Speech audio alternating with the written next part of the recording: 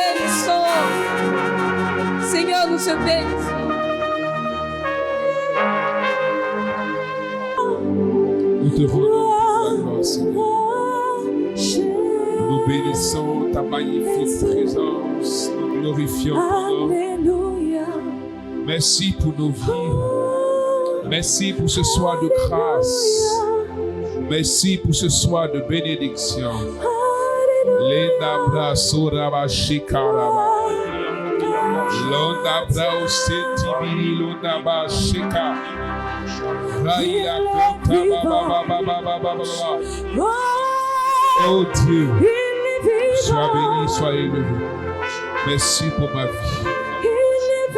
Je ne suis rien, je ne vaux rien. Je me soumets et je m'abandonne à toi, Seigneur. Parle au cœur de tes enfants, dans le nom de Jésus-Christ de Nazareth. Seigneur, ce soir, j'ai besoin de toi. Ton peuple a besoin de toi. Tes enfants ont besoin de toi. Que la grâce du Saint-Esprit soit avec nous. Que la puissance d'en haut nous envahisse. Dans le nom de Jésus-Christ de Nazareth. Père si grand, dispose ton onction pour nous. J'autorise le Saint-Esprit à être le seul maître. Et moi, je veux disparaître.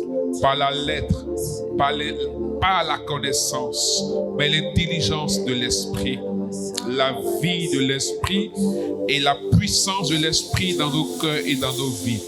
Que la parole qui est une semence qui transforme, qui façonne, saisisse nos cœurs, notre esprit, notre âme et touche notre être entier en vue d'une transformation, d'une visitation divine. Dans le nom de Jésus-Christ de Nazareth, nous avons prié. Tu peux acclamer Jésus.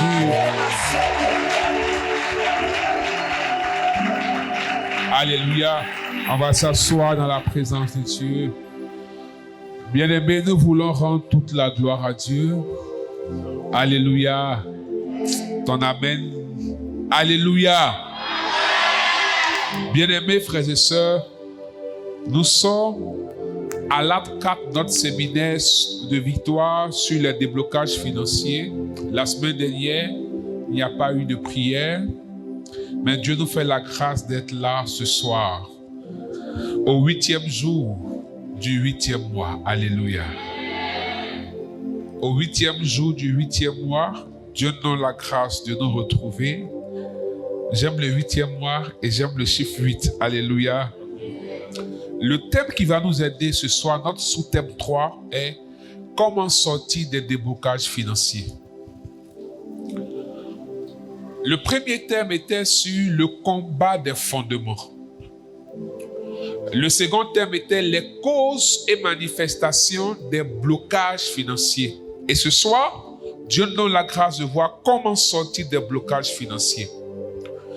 Le premier enseignement, nous avons touché la question du désir et du projet de Dieu qui est de voir ses enfants bénis, réussir, être prospères. En 3 Jean 2, Jean dit, je désire que tu prospères à tous égards comme prospère l'état de ton âme. Donc telle est la volonté de Dieu. Et nous avons aussi vu que cette prospérité, on a l'impression de ne pas voir cela dans notre vie parce que Satan s'oppose à nous.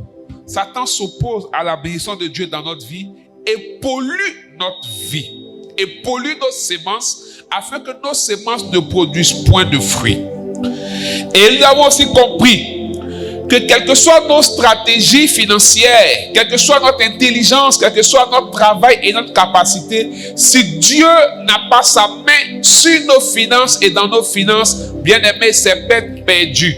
Car dans le livre de Job chapitre 1, à partir du verset 10, Satan va dire à Dieu, c'est parce que tu protèges Job, c'est parce que tu as ta main sur ses semences, sur ses biens qu'il te sert. Et quand Dieu, au verset 12, a donné la permission à Satan de frapper Job et a enlevé sa main sur les bénédictions de Job, automatiquement Satan l'a frappé. Donc nous avons compris que avoir l'argent, avoir des relations, avoir des affaires, des soutiens financiers, un travail, ne garantit rien dans notre vie si Dieu ne sécurise pas cela. Alléluia. Et nous avons aussi compris que la pauvreté, plutôt la prospérité, ce n'est pas avoir l'argent. La prospérité, c'est un état de productivité. On peut manquer d'argent et être prospère. On peut avoir l'argent et être pauvre. Alléluia. Parce que la pauvreté est une mentalité, est un état de vie, et la pauvreté est une œuvre démoniaque qui est sémée dans la vie des hommes et des femmes. Nous avons touché 4 points sur la pauvreté physique et matérielle, la pauvreté relationnelle, la pauvreté intellectuelle, les servitudes et les sécheresses. Parce qu'on peut produire et la production va tarir. On n'arrive pas à jouir de ces productions-là. Et on s'est posé une question. Qu'est-ce qui fait que ces pauvretés touchent à nos vies? On a parlé du combat des fondements. Est-ce que nos fondements ne sont pas pollués? Et que si nos fondements sont pollués, on pourra faire beaucoup d'efforts. On pourra faire beaucoup de stratégies, mais cela ne portera aucun fruit parce que nos fondements sont pollués. Et dans les causes et manifestations, on a compris que certains rêves nous donnent de comprendre que nos fondements combattent nos finances et notre prospérité. Et comme cause, on a touché la pollution des fondements, la malédiction sur nos vies ou sur nos familles. On a aussi parlé des transactions spirituelles. On a aussi parlé des mauvaises habitudes qui nous conduisent à la disette et à la pauvreté, et aussi l'œuvre de la sorcellerie, qui est une œuvre terrible qui s'abat sur la vie des hommes afin de les maintenir dans des prisons financières. Voici un peu le résumé des 2 enseignements précédents. Et à la suite de ces vérités et ces messages, il y a eu un fort temps de prière pour la restauration de nos fondements. Et ce soir, la question qu'on doit se poser, quand on a toutes ces connaissances, quand on a ces révélations, ces informations et ces vérités, comment sortir des blocages financiers?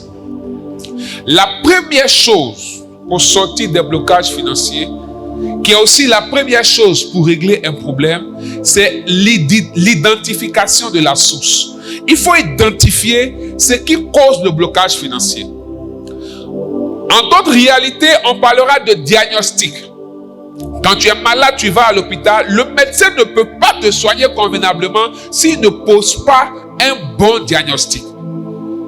Ceux qui sont dans le domaine du marketing, pareil. On fait un diagnostic pour analyser l'environnement, pour savoir qu'est-ce qui peut nous empêcher, tant de l'extérieur comme de l'intérieur.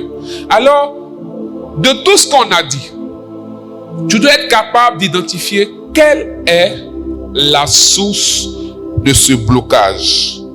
Et dans l'identification, il faut que tu sois capable de te regarder toi-même, d'analyser et d'observer ta vie et de te poser des questions. Dans le livre d'Ecclésiaste, il est dit, au jour du bonheur, réjouis-toi. Mais au jour du malheur, pose-toi les bonnes questions. Dans quel type de pauvreté suis-je? Est-ce que je suis dans une pauvreté matérielle? Certains, leur problème, ce n'est pas l'argent, je vous assure. Ils n'en ont pas, mais leur problème, ce n'est pas l'argent. Parfois, leur problème, c'est la gestion de leurs relations. Certains, leur problème, ce n'est pas le travail, ce n'est pas l'argent, ce n'est pas la productivité, mais c'est comment ils vivent, ce sont leurs habitudes. Donc, dans quel type de pauvreté suis-je? Est-ce une pauvreté intellectuelle? Est-ce que je ne suis pas bloqué au niveau où je suis? Parce que tout simplement, je n'ai pas augmenté mes connaissances. Parce que tout simplement, je ne me suis pas capacité pour le prochain niveau. Parce que tu ne peux arriver que là où ta main peut arriver. Alléluia. Et tu ne peux arriver que là où tu connais. Ce que tu ne connais pas, tu ne peux pas maîtriser. C'est pourquoi même dans la question de la délivrance, quand tu n'as pas la révélation de l'œuvre démoniaque qui se passe, quelle que soit ta prière, l'esprit n'ira pas parce qu'il n'est pas dévoilé. Donc, il y a des niveaux. Tu as l'impression que, ma prospérité, j'avance plus, tout est bloqué. Mais parfois, il faut juste une connaissance. La connaissance est une grande clé. La connaissance se vend très cher. Tu peux prier, tu peux jeûner, mais la promotion que tu recherches pour débloquer un autre niveau de prospérité n'arrive pas parce que Dieu a favorisé. Mais quand l'opportunité va se créer, tu n'as pas la connaissance qu'il faut pour saisir l'opportunité. Alors tu la perds. Quand tu as identifié le type de pauvreté, quelles sont les sources de blocage que tu vis?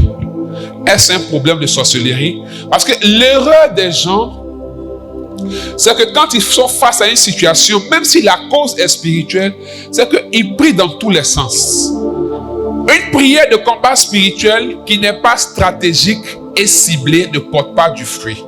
Pendant que tu vis une œuvre de la sorcellerie, si tu vas combattre la malédiction, ça ne règle pas ton problème.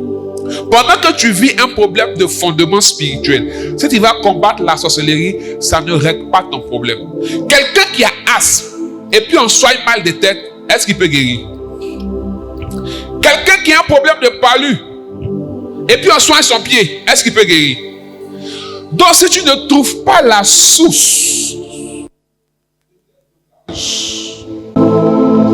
est-ce que c'est un problème de malédiction? Parce qu'il y a des personnes dont les ascendants ont vécu une vie qui a suscité des malédictions. Ce n'est pas forcément les réclamations. Il y a certains dont la richesse est basée sur le vol. Il y a certains dont la richesse est basée sur le malheur des autres. C'est-à-dire, le monsieur, il est mort, ses enfants sont là, sa femme est là, et son frère a pris peut-être tous ses biens au détriment de ses enfants. Les larmes de ses enfants-là. Lui, il peut être riche. Il peut même mourir riche. Il peut mourir prospère financièrement. Mais sa descendance va payer les larmes de la veuve et de l'orphelin. Parce que la veuve et de l'orphelin font partie de l'interdit de Dieu. Ce dont Dieu prend le plus soin sur la terre et qu'on ne doit pas toucher, la veuve et l'orphelin en font partie. Donc celui qui a affaire à la veuve et à l'orphelin, il a affaire à Dieu. Le premier défenseur, c'est Dieu. Alléluia. Mais souvent, nous, on n'a pas l'information. Donc, pendant que tu es en train de combattre la sorcellerie, tu es en train de combattre la malédiction, tu combats les fondements. Tes grands-parents n'ont rien fait. C'est une malédiction à cause du comportement de ton père ou de ta mère. Parfois, certains sont allés déposer de l'argent sur l'autel démoniaque. Tu allais donner l'argent chez Marabout, l'argent chez le féticheur. Parce que tu n'as pas la révélation, parce que tu n'as pas la connaissance, tu ne sais pas que ce tact peut te mettre dans une prison spirituelle de pauvreté et établir la malédiction financière sur ta vie. Donc tu vas accuser tout le monde. Mais tu ne sauras pas que c'est 10 000, c'est 1000 francs, même c'est 5 francs que tu as déposé sur l'autel de la sorcellerie qui est en train de te mettre dans une telle situation qui fait que tout ce que tu touches meurt. Quelle est la source de tes blocages? Est-ce une vie qui n'honore pas le Seigneur? Peut-être une vie d'impureté? Est-ce des fondements? Est-ce que ce sont des dettes et des réclamations? Je vous donne le témoignage d'une sœur. Elle est très brillante. Elle a la connaissance. Elle a le style qui va avec son travail. Elle a même eu une promotion. Mais la promotion qu'elle a eue ressemble à un cadeau empoisonné. Et elle a l'impression que tous ses chefs sont contre elle. C'est-à-dire, elle a une promotion, mais elle est dans la servitude dans la promotion. Émotionnellement, ça ne va pas chez elle. Financièrement, ça ne va pas. Parce que c'est une promotion sans grand avantage, sans augmentation, rien. Or, la personne qui était là avant qu'elle vienne, avec tous les avantages. Mais quand elle arrive, les gens trouvent des justifications pour ne pas qu'elle ait ces avantages-là. Alors, elle vient me voir, on parle, et je lui dis que ça, faut pas en vouloir aux gens. Parce qu'elle a commencé à en vouloir à sa patronne, à sa RH. Je lui ai dit, non, rien fait. Ton problème est spirituel. Faut qu'on trouve la source. Je lui donne un truc simple, 9 jours de prière. Fais 9 messes successives. Parce que moi, j'aime les sacrements. Et il y a une telle puissance dans les sacrements que les gens ignorent. S'il y a des gens qui ne sont pas encore baptisés, en septembre, commencez la catéchèse. Alléluia. S'il y a des gens qui n'aiment pas se confesser, je vous en supplie, demain, commencez à vous confesser. S'il y a des gens qui n'aiment pas faire messe, parce qu'il y a des gens qui sont extraordinaires. Ils font messe en semaine, mais dimanche là, ils ont la maladie de la messe du dimanche. Alléluia. Ça, c'est un problème. Il y a une puissance dans les sacrements. Alors, elle fait les messes, les demandes de messe, tout ça, et elle vient faire le point. Dans le point qu'elle va faire, elle a fait un songe. Dans le songe qu'elle va faire, il se trouve qu'elle fait un songe où elle se retrouve au travail, et son travail est comme en train de l'encaisser. Comme si elle a pris une dette au travail qu'elle n'a pas encore payée. Bon, ça, elle n'a jamais pris de crédit au travail. Elle n'a jamais pris d'avance sur salaire. Mais ce qui est encore intriguant, c'est que dans le même songe, elle voit sa grande sœur, comme dans son travail aussi, et comme si le travail est en train d'encaisser sa grande sœur aussi. Comme si sa grande sœur doit à elle son entreprise. Or, sa grande sœur ne travaille pas dans cette entreprise-là. Alléluia. Donc, pendant qu'elle parlait, je lui ai dit, il faut qu'on creuse encore. Que ça, il faut que tu pries. Même si je sais ce que ça veut dire, les chrétiens sont trop paresseux, ils aiment révélation. Va chercher la face de Dieu pour qu'il t'explique. Mais ça veut dire beaucoup. Pendant qu'on est là, elle se rappelle d'un songe que son petit frère a fait. Le songe, c'est que son petit frère fait un songe où il avait l'impression que le son était très réel. Et dans le son, il voit leur mère qui n'est plus, qui est décédée, comme si on lui a dit, pour que tes enfants puissent réussir, il y a des sacrifices à faire chez un féticheur. Et elle est partie, elle a fait une première partie du sacrifice. Le féticheur lui a dit, il y a une deuxième partie. Mais la deuxième partie, elle devait trouver des gens à sacrifier, des hommes à sacrifier. Et elle s'est débattue, elle ne trouvait pas. Jusqu'à elle a trouvé 2 personnes. Et elle a croisé quelqu'un qui lui a dit, ce que tu vas faire, ce n'est pas bon. Que tes enfants peuvent réussir sans ça. Alors elle a annulé le projet. Dans le rêve, elle annule le projet. Mais elle dit, mais j'ai déjà commencé. On dit, c'est pas grave. Et le jeune se réveille. Je lui ai dit, tu vois, Dieu vient de révéler qu'il y a une dette spirituelle dans votre vie professionnelle et dans votre prospérité. Parce que votre maman est allée sur l'autel démoniaque. Elle allait prendre crédit. Elle n'a pas terminé. Or, elle n'est plus. Et elle va dire, ce que tu dis est vrai parce que ma grande soeur a dit une fois que elle a l'impression qu'il y a un plafond de verre sur notre tête. Il y a un niveau auquel on ne peut pas dépasser. Et elle dit, oui, elle a remarqué qu'elle doute. Tous les enfants, ils peuvent avancer, mais ils ont un plafond de verre. Toi, quelle est la source du blocage que tu es en train de vivre? Parce que là, elle pouvait combattre sorciers. Or, ce sont des dettes et des réclamations, mais qui ne viennent pas de l'adoration des grands-parents, mais de l'attitude de sa mère pour qu'eux soient bénis. Quelle est la source de ton blocage? Donc, c'est cette dette-là qui les réclame et qui met le plafond de verre, ne peuvent pas avancer.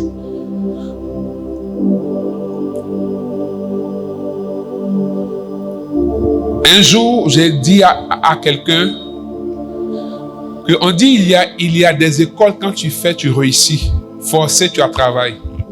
Mais quand il y a des réalités spirituelles dans ta vie, là, il faut aller à Harvard, tu vas venir. J'ai prié pour une sœur qui a fait l'INP.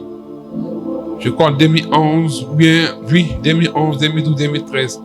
Elle a ceux qui connaissent l'INP, ceux qui ont fait l'INP, ceux qui font SKE là. Vraiment, c'est les durs, c'est ça, non? C'est le dur, c'est le boss là-bas. Elle sort de l'INP, cycle long, SKE, elle finit. Pendant 5 ans, même stage d'imprimerie, elle n'a pas. Alléluia. Même stage d'imprimerie, elle n'a pas. C'est sa petite soeur qui vient avec elle.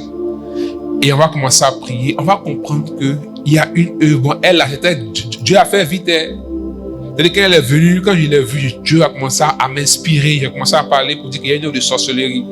Et les choses étaient tellement précises qu'elle était étonnée. Et on a commencé à prier, on a prié. J'ai prié pour elle.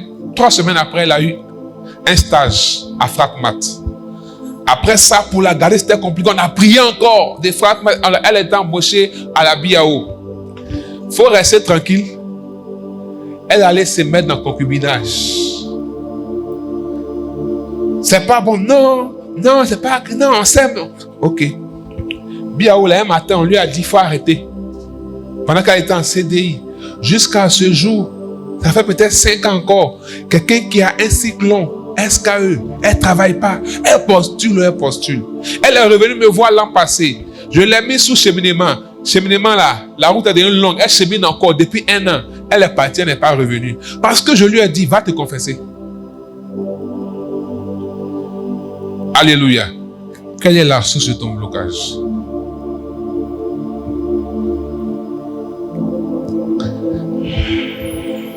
Ce qu'on va faire, tu vas fermer les yeux et tu vas dire, Saint-Esprit, éclaire-moi. Parce que dans mon esprit, je sens comme si le Saint-Esprit veut donner des lumières à des personnes. En 2 minutes, dis au Saint-Esprit, éclaire-moi, ouvre mes yeux, ouvre mes oreilles, je veux voir.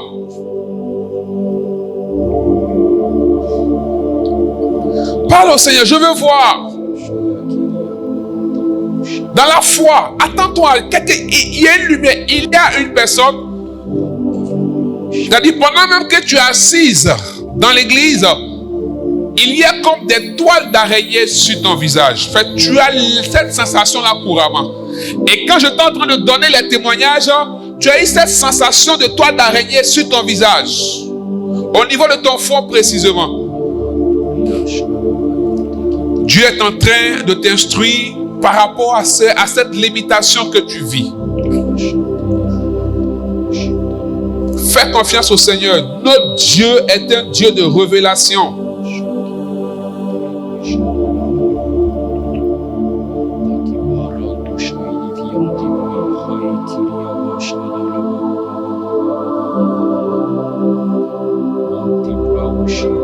Tu es aussi concerné par cet exercice. Père, instruis tes enfants. Donne-nous la révélation. Donne-nous la révélation, Seigneur. Instruis-nous.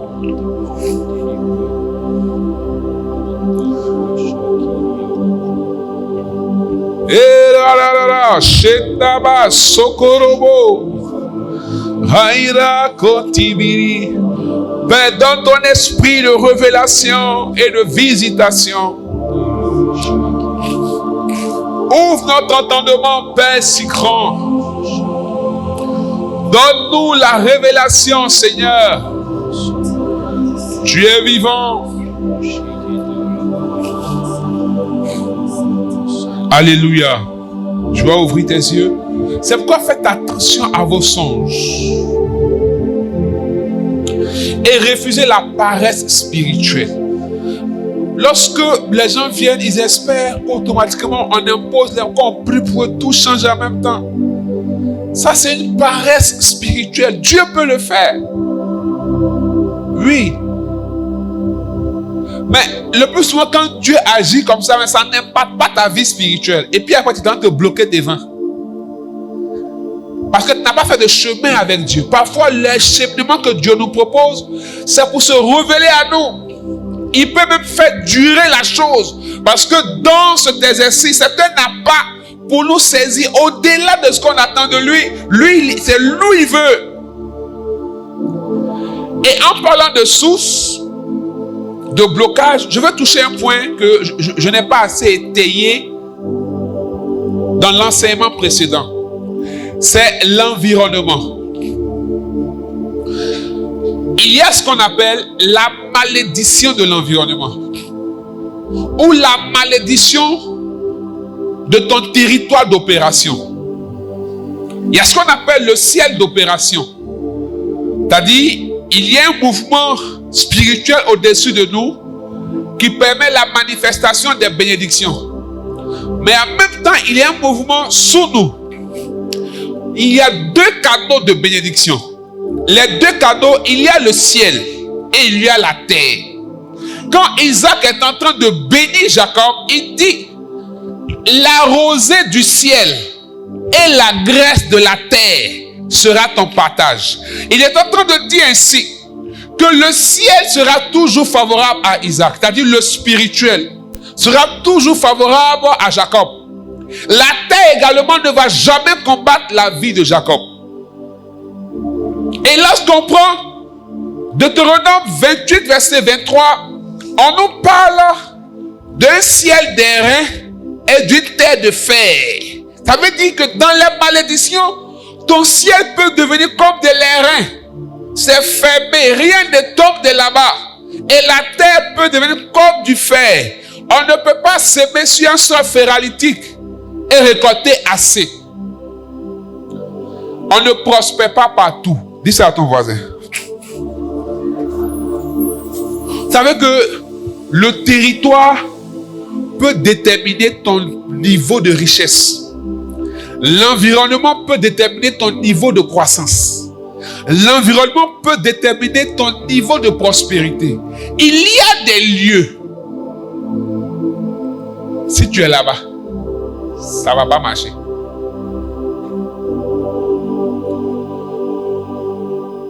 J'ai compris par la grâce de l'Esprit que la bénédiction de Dieu dans nos vies est liée à un territoire et est liée même à des personnes. Parce que pourquoi Dieu ne fait pas couler le lait et le miel à Goshen où Israël est, mais il impose qu'ils sortent et il insiste sur une terre qu'il appelle terre qui est promise. Parce que cette terre-là, Dieu l'a promise à qui? À Abraham et à sa descendance. C'est pourquoi on l'appelle terre promise. Mais Dieu insiste qu'ils arrivent là-bas. Ils sont au désert, mais ils n'ont pas l'abondance au désert. Or, c'est Dieu qui bénit. Nous sommes d'accord? Ce n'est pas un territoire qui bénit, c'est Dieu qui bénit. Mais pourquoi Dieu ne peut pas bénir, ne peut pas mettre Israël au désert dans l'abondance, mais il les met dans la providence?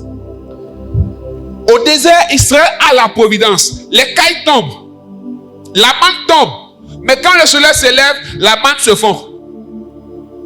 Et c'est chaque jour suffit à sa peine. Mais à Canaan, c'est pas chaque jour suffit à sa peine. On mange comme on veut. On a l'argent comme on veut. On dort comme on veut. Le lait et le miel coulent.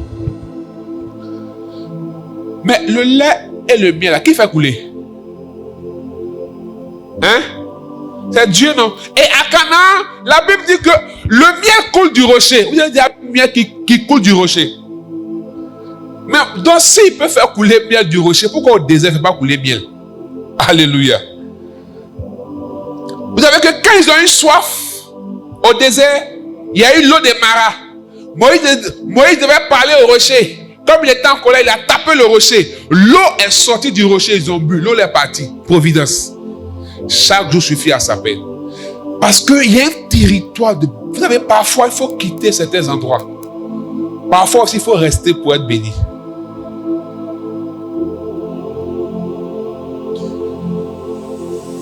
Je connais quelqu'un qui a juste le niveau 3e.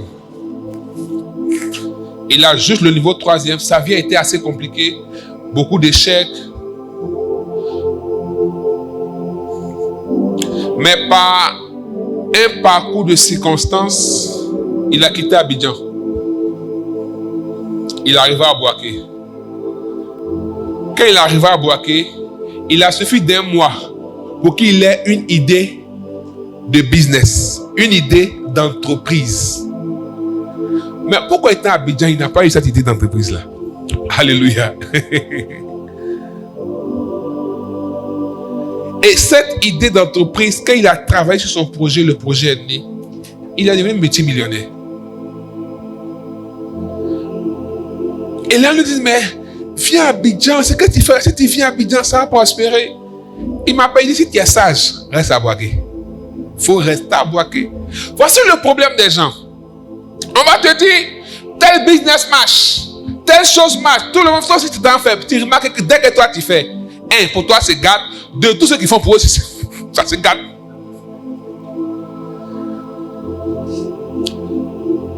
Écoutez bien ce que je vais vous dire, s'il vous plaît. Certains pièges démoniaques de faire croire aux Africains que forcément l'Europe ou l'Occident est un Eldorado. Pour certains, oui, mais pas pour tout le monde. Il y a des personnes qui regrettent d'être là-bas. Alléluia. Partir en Occident n'est pas besoin pour tout le monde. Non. Parfois, il ne peut pas vous dire la vérité. C'est chaud là-bas. Donc, toi qui es en Côte d'Ivoire, quand tu le vois, tu l'envies. Tu as l'impression que tu es le plus malheureux de la terre. L'une des prières qu'il faut faire, Seigneur, révèle-moi ma terre de bénédiction. Il y a même des entreprises qui peuvent être ton tombeau, même si on te paye bien. Quand tu n'as pas le discernement. Satan s'est débrouillé pour faire croire aux hommes, surtout aux chrétiens, que c'est l'argent qui est la prospérité. C'est une grave erreur. On n'habite pas partout. On n'habite pas partout. On ne fait pas son commerce partout. Parce que chaque terre, chaque environnement, chaque territoire a sa loi spirituelle et à son entité spirituelle qui la gouverne. Donc, si toi, en arrivant sur le territoire, tu ne te présentes pas au territoire, tu ne prends pas autorité, ou bien une autorité supérieure à toi ne te présente pas au territoire, tu auras tous les problèmes. C'est pourquoi dans l'église, il y a l'acte de sanctification et de consécration qu'on appelle les bénédictions. Quand tu prends une maison, on dit qu'il faut envoyer prêtre pour bénir. Quand tu crées une entreprise, il faut envoyer prêtre pour bénir. Quand tu prends un local, il faut envoyer prêtre pour bénir. Quand tu as un bien, voiture, tout ce que tu veux, il faut faire bénir. Parce que cet acte de bénédiction, ou bien cet acte de bénédiction, est une dédicace du bien à Dieu. C'est pourquoi quand les gens souvent disent que mais à l'église catholique, ils ne sont pas prophétiques, est-ce que les gens savent ce qu'on appelle le prophétique? Le prophétique, ce n'est pas des spéculations ou des simagrées. Non. Il n'y a pas plus prophétique, plus spirituel que l'église catholique romaine. Ce n'est pas parce que je suis catholique. J'ai dit à quelqu'un il y a 3 semaines que, regarde-toi, tu es allé quelque part là-bas, on a versé huile sur toi. Tu as cru qu'il y a l'onction dedans. Mais ton esprit faible là t'a fait croire que l'eau bénite est démoniaque. Faisons, il me dit, les gars, réfléchissent comment? Bon, on dit que l'eau, le prêtre béni là, c'est démoniaque. Mais l'huile sur laquelle on a prié pour mettre sur toi là, c'est quoi la différence? Alléluia. Répondez-moi, c'est quoi? Parce que vous êtes dedans. Hein? C'est quoi la différence? D'autres même vont dire que cendre là, c'est les cadavres qu'on tue. Et il y a des chrétiens catholiques. Vous savez que la pauvreté intellectuelle, elle n'annule pas seulement la prospérité, elle tue la foi. Parce que quelqu'un qui va se lever bientôt, en février ou bien en mars, il va prendre son rameau pour aller déposer, pour qu'on brûle, on va mettre cendre. Quelqu'un viendra lui faire une démonstration farfelue pour lui faire croire que cendre là c'est démoniaque. Puis il va dire c'est vrai, hein? On ne sait pas d'où ça vient. Oh, c'est le même qui va déposer un rameau pour qu'on brûle. Vous voyez, la pauvreté intellectuelle, ça tue la foi. C'est-à-dire, il croit en huile qu'on prie dessus pour mettre sur lui que Dieu a dedans et quand il tombe en transe. Mais en l'eau qu'on bénit, il ne croit pas. Il dit que non, c'est démoniaque. Bref. Donc, ne commence rien sans faire passer cela par l'acte de dédicace. Les gens me prennent la maison, ils dorment dedans même. Excusez-moi, ils écartent bien les pieds, ils se tournent 4 fois. Puis c'est maintenant, il n'y a pas qu'on fait bénir. Hein. Genèse chapitre 1, verset 1. Au commencement, Dieu créa. Il est alpha. S'il n'est pas ton alpha, il ne peut pas être oméga. On n'a jamais commencé l'alphabet par B, c'est par A. Donc, ton territoire où tu vis, où tu fais ton commerce, où ton entreprise est, peut parler comme toi. Vous avez remarqué que dans l'église catholique romaine, quand une église est bénie, avant de la casser pour la reconstruire, il y a une messe, une cérémonie qu'on fait pour désacraliser l'église. Parce que dès que l'église passe par l'acte de dédicace et de consécration, Dieu est là, c'est sacré. On ne peut pas détruire ça, même si c'est délabré avant de détruire. L'évêque doit venir. C'est même pas le prêtre. L'évêque doit venir. Ou bien il va déléguer son pouvoir au vicaire général pour faire une messe pour désacraliser l'église. Est-ce que quelqu'un est en train de comprendre ce que je dis?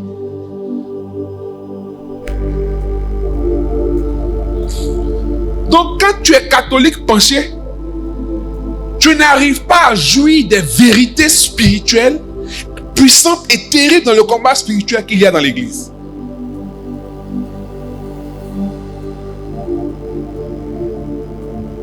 Est-ce que le territoire où tu es ne combat pas ta prospérité? Est-ce que le territoire où tu es ne combat pas ta richesse? Est-ce que le lieu où tu exerces ton activité ne combat pas ton commerce? Vous allez voir que nos frères d'à côté, nos parents,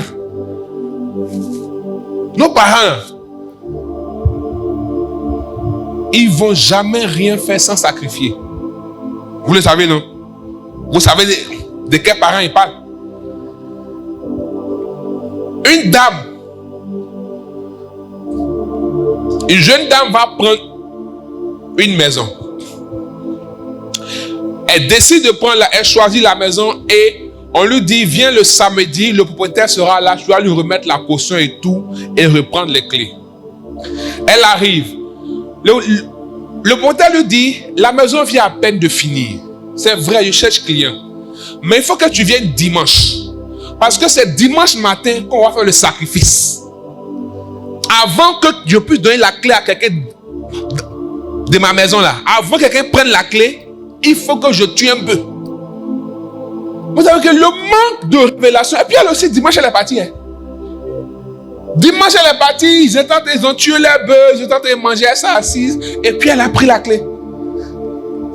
C'est quand ça a commencé à l'allumer dans la maison, quand la maison a commencé à la combattre, parce qu'elle est assise, elle entend les bruits dans la maison, elle n'est pas seule.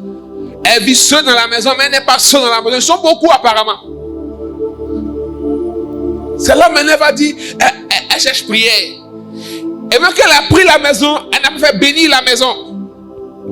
Et même quand tu fais bénir, quand le prêtre s'en va, toi, tu dois parler à la maison. C'est toi qui vis là-dedans.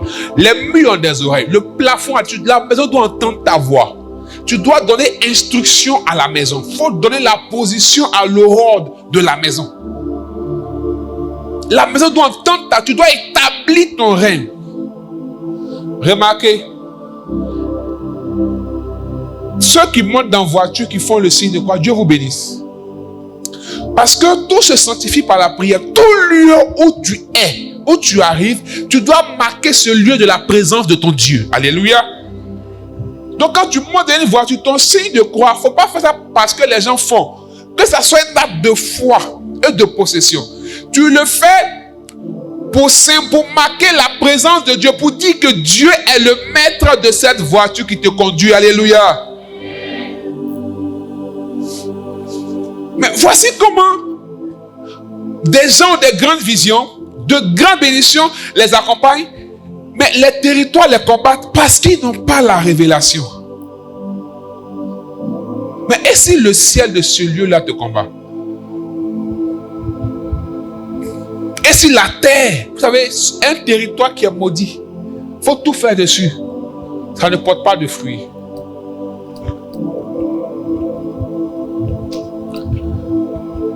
Et quand le territoire est maudit, quand le ciel est fermé, ou la terre parle comme toi, ces deux éléments sont capables d'annuler ou d'enlever la substance spirituelle de tes finances, de ton activité, de ton travail. Il y a des gens qui peuvent être embauchés, mais dès le jour où tu commences à travailler, tu peux perdre ce qui est l'énergie vitale de ton travail. Je sais que tu ne comprends pas ce que je suis en train de dire là. Il va t'expliquer. Amen. Regardez. Un monsieur rentre dans une entreprise. Et un jour, ils s'en vont manger à midi. Son collègue paye. Il a vu son collègue enlever l'argent, payer la nourriture. Il a remis la monnaie dans sa poche, plus de 5 000. Lui aussi, il paye pour lui. Et son collègue lui dit, donne-moi 2 000 francs. Je vais acheter quelque chose à la boutique. Bon, il n'a pas prêté attention. Mais les 2 000 qu'il venait de donner à une semaine de son travail était la substance spirituelle de son salaire, de son travail qui venait de partir. Parce que quand je parle de substance spirituelle, c'est l'énergie vitale de la chose que tu fais. L'activité que tu fais, le travail que tu fais, c'est tes yeux faisaient voir quelque chose que tu fais. Mais il y a une réalité spirituelle derrière qui lui donne de vivre et de produire. Parfois même, avant même de commencer, tu as déjà tué l'affaire. Parce que la substance spirituelle se sécurise par l'alliance. Alléluia. Au commencement, Dieu créa. Mais quand il y a une pauvreté intellectuelle, c'est compliqué pour les gens. Quand tu vas parler des prémices aux chrétiens, ils vont dire, ah, c'est pour voler notre argent. Il n'y a pas de problème. Parfois, tu vas donner les premières choses de ta vie à quelqu'un même dont tu ne connais même pas l'identité spirituelle. Je l'ai dit dans le premier enseignement, ce que tue les chrétiens, c'est leur gentillesse. Il y a être gentil, puis être bon.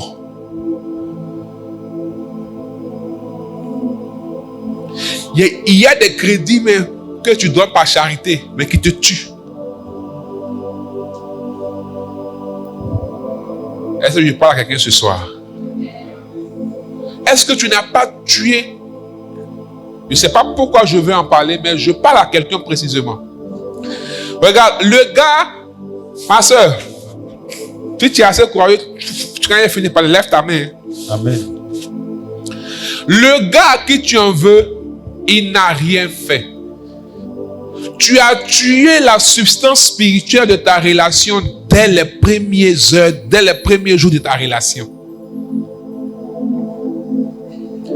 Je n'ai pas envie de dire, c'est pourquoi j'aime les retraites. Parce que là-bas, il y a des choses qu'on peut dire aux gens. Parce que quand on va dire, les gens vont dire, hey, mais ça devient...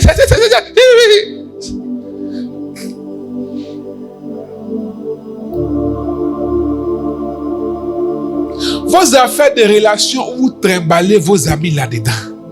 Ah. Vous expliquez tout à vos amis. En fait, tu as avorté la relation dès les premiers instants à cause de certaines choses que tu as révélées à ton ami.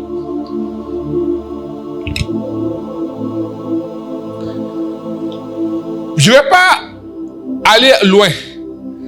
En fait, la relation là, à la vérité, si tu es honnête avec toi, vous la viviez à trois. Parce que tu mettais trop ton ami dans la relation.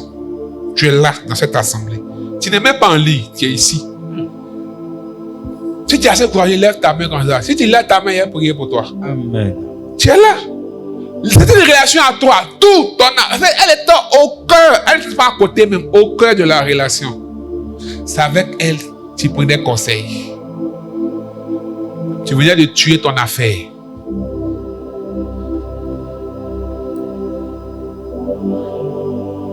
Je vais faire une parenthèse sur les premières choses que vous produisez en tout.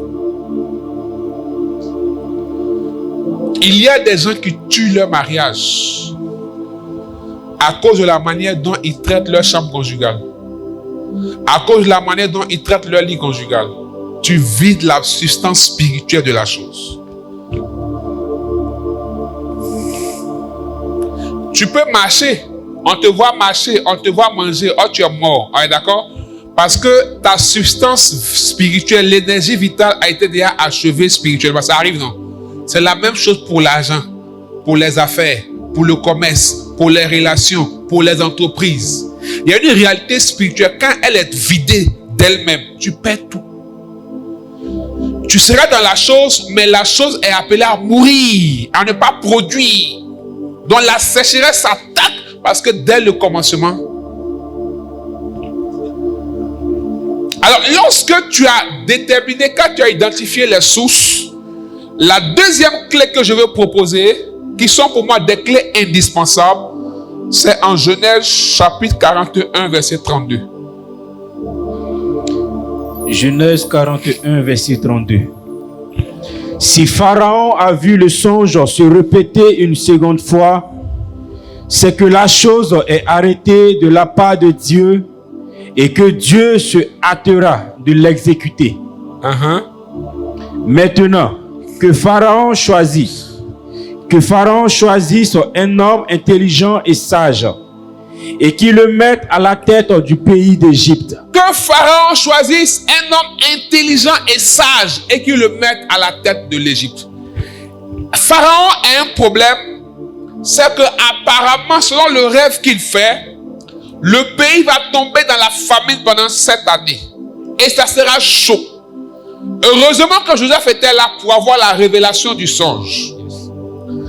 Maintenant, la solution qu'il faut trouver pour ne pas que la mort frappe la prospérité de l'Égypte, c'est qu'il faut un homme intelligent et sage. Vous savez, une personne intelligente, l'intelligence, c'est la capacité de connaître et de comprendre comment faire et appliquer les choses. La sagesse, elle est spirituelle, elle vient de Dieu, elle est profonde. La sagesse donne la prudence et le discernement. Et la sagesse et l'intelligence sont basées sur deux choses. La crainte de Dieu. Proverbe 1, verset 7. La crainte de Dieu est l'ABC de la sagesse. Donc, il y a 3 choses qui vont t'aider à sortir des déblocages financiers. C'est l'intelligence, c'est la sagesse et c'est la crainte de Dieu. Quelqu'un qui n'a pas la crainte de Dieu ne peut pas être sage. Tu peux être intelligent, mais ne pas être sage. En résumé, quelqu'un qui est intelligent, il sait comment faire pour sortir des situations. Mais celui qui est sage, il sait comment on évite que les situations arrivent. Alléluia. D'où la prudence et le discernement. Mais pour un discernement aiguisé, il faut la crainte de Dieu. Parce que la crainte de Dieu te donne de marcher tout doucement, pas à pas, de savoir où tu mets tes pieds, ce qu'il faut faire, ce qu'il ne faut pas faire. Il y a une sagesse qui doit nous habiter pour sortir des déblocages. Genèse 41, verset 38 à 39. Et Pharaon dit à ses serviteurs, trouverions-nous un homme comme celui-ci, ayant en lui l'esprit de Dieu? Première chose, Pharaon dit, trouverons-nous un homme comme Joseph qui a l'esprit de Dieu. On ne peut pas être sage sans l'esprit de Dieu. On ne peut pas craindre Dieu sans l'esprit de Dieu. On ne peut être intelligent sans l'esprit de Dieu. On continue. Et Pharaon dit à Joseph, puisque Dieu t'a fait connaître toutes ces choses, puisque Dieu t'a fait connaître toutes ces choses, vous voyez que Pharaon, pour régler son problème, Joseph a identifié la source. Il a eu la connaissance. Parfois, on fait exprès. On sait ce qui nous fatigue. Mais comme on n'est pas assez responsable, on préfère accuser Dieu. Seigneur, tu m'as abandonné. Oh Dieu, à quand ma victoire? Qu'est-ce que j'ai fait sur la terre? Toi, tu fais quoi sur la terre? À qui? Dieu n'a rien fait. Toujours toi-même tu sais. Mais comme tu as la paresse pour changer les choses, tu es dedans, tu préfères accuser Dieu. Le jour où tu as eu la grâce d'entendre enseignement sur combat spirituel, tous les cafards, toutes les souris, les salamandres, ta grand-mère, les grands-pères au village, si par malheur dans la période ils te rendent visite, ils deviennent responsables de tout ce que tu vis. Alléluia. Amen. Continue. Il n'y a personne qui soit aussi intelligent Il n'y a personne qui soit aussi intelligent et aussi sage que toi. et aussi sage que toi. Je t'établis sur ma maison et sur tout mon peuple obéira à tes ordres. Le trône seul m'élèvera au-dessus de toi. Lorsque une personne est habitée par l'Esprit de Dieu, vit une vie dans l'Esprit et laisse la crainte de Dieu l'animer pour manifester dans sa vie la sagesse et l'intelligence, tu deviens une personne établie. Alléluia. Amen. Quelqu'un qui est établi, il a l'autorité de gouverner, de décider. Regarde, tu n'es pas encore maître de ta vie, de tes finances, parce que tu n'es pas encore établi. Pour être établi, il faut que l'Esprit de Dieu vienne dans ta vie. Et que tu marches dans la crainte de Dieu. Où est la place de la crainte de Dieu, c'est pas avoir peur de Dieu. C'est avoir peur de faire mal à Dieu. Alléluia. Amen. C'est une révérence face à tout ce qui concerne Dieu, face au sacré. Regarde comment tu traites Dieu. Dans ton cœur, tu n'as aucun respect pour les choses de Dieu. Tu n'as aucune révérence pour les choses de Dieu. Tu n'as pas de crainte pour le sacré. Tu viens à la messe comme tu veux. Tu communies même, tu marches comme ça. En train de faire défiler d'indépendance. Tu n'es même pas conscient que tu as reçu quelqu'un.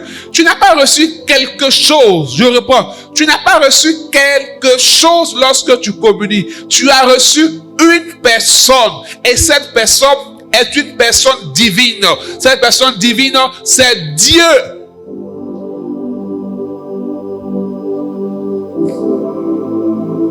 Qui se cache sous l'homme hostile. Tu n'as pas la crainte de Dieu. Ils ont la crainte de Dieu, mais quand tu les vois se comporter à l'église, en pleine messe, ils sortent leur portable.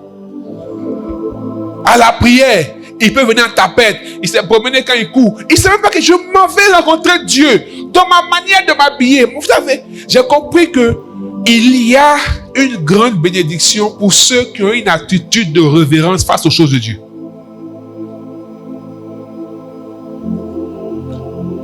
La crainte commence d'abord dans le cœur, pas dans les actions. La crainte commence d'abord dans le cœur, pas dans les actions. Vous allez voir, certains même, leur manière même de donner à Dieu à la messe, aux prières, on dirait en fait, bon, genre, tu te débarrasses de tes jetons. Ça te fatigue trop. Ce qui te gêne là, c'est ça, toi, tu donnes à Dieu.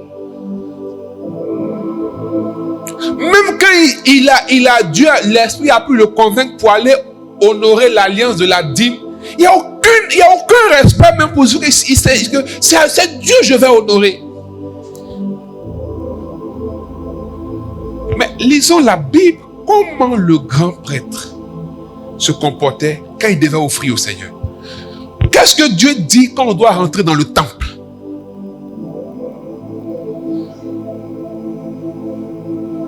La crainte commence là.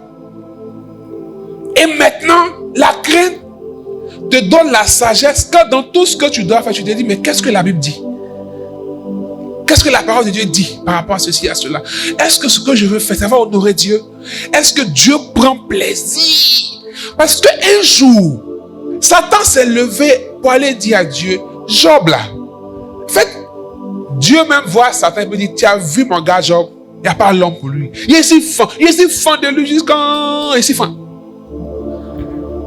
Parce qu'il est intègre. Parce qu'il est comme si... Dieu prenait plaisir à voir Job vivre. Celui qui marche dans la crainte de Dieu devient agréable à Dieu. Dieu prend plaisir à le voir vivre. Et celui qui est agréable à Dieu, Dieu établit une aire de protection autour de lui. Aucun mal ne peut le toucher. Alléluia. Et même quand ça peut arriver, le psalmiste dit, le malheur frappera le juste, mais le Seigneur l'en délivrera. Mais aucun repos pour les méchants. Ils ne voient rien après pour faire. Ah, ils ne voient rien. Acclamer, ils ne voient rien fort. Comment tu acclames Dieu? Et comment tu acclames Dieu? Ça.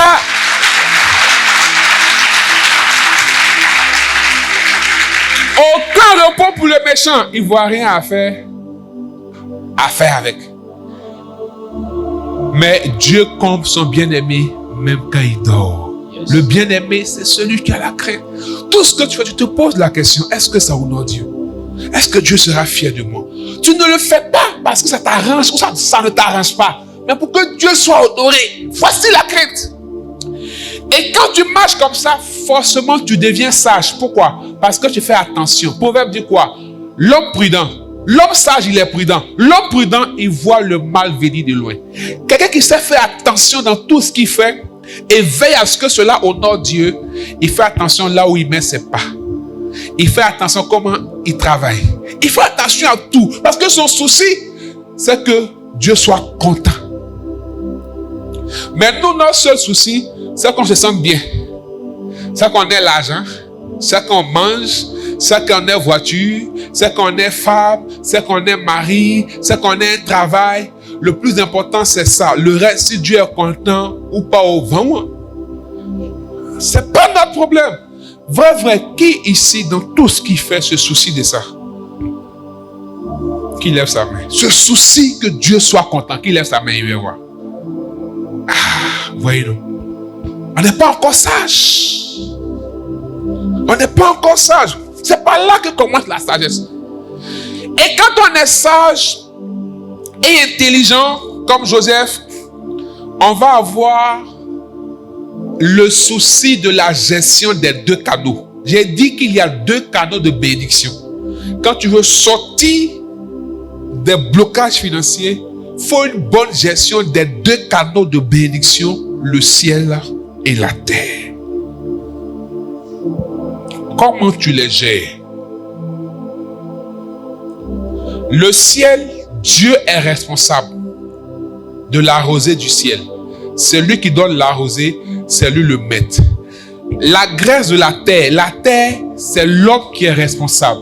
Parce que Dieu a confié la terre à l'homme. C'est pourquoi tu peux avoir la rosée du ciel. Et puis rien ne pousse sur ta terre parce que tu gères mal la graisse de la terre. Alléluia. Tu peux avoir vision que Dieu t'a béni. Mais ça fait 5 ans que tu ne vois rien. Alléluia. Parce que souvent tu gères bien le ciel. Mais comment tu gères la terre?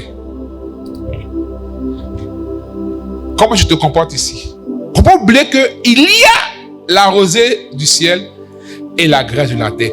Donc il faut engager les deux responsabilités, Dieu et toi. Parce que toi, tu es maître de la terre. C'est un canal. Le ciel, c'est Dieu qui est maître. C'est un canal. Tu peux avoir la rosée du ciel et ne pas voir cela sur la terre. Que ta volonté soit faite sur la terre comme. Ça veut dire quoi? Ça veut dire en fait, ce qui se fait sur la terre, c'est le reflet de ce qui a été fait au ciel. Je reprends. Que ta volonté soit faite sur la terre comme au ciel. Pas que ta volonté soit faite au ciel comme sur la terre. Ça veut dire, la terre n'est que le répondant du ciel. Donc la volonté de Dieu peut être acquise au ciel et ne pas être manifeste sur la terre. Si quelqu'un me comprend, tu me fais comme ça. Tu peux prier. Dieu va dire je t'ai béni. Maintenant quand tu te regardes chaque matin, ouais, bénédiction là aussi. Hein. C'est vers quel côté? Mais parce que la volonté de Dieu est parfaite au ciel. Mais sur la terre, elle n'est pas encore révélée et manifestée. Parce que tu n'assumes pas, tu n'engages pas ta responsabilité sur la terre. Comment on engage les deux responsabilités? Au ciel, les choses spirituelles n'ont pas besoin de beaucoup de choses.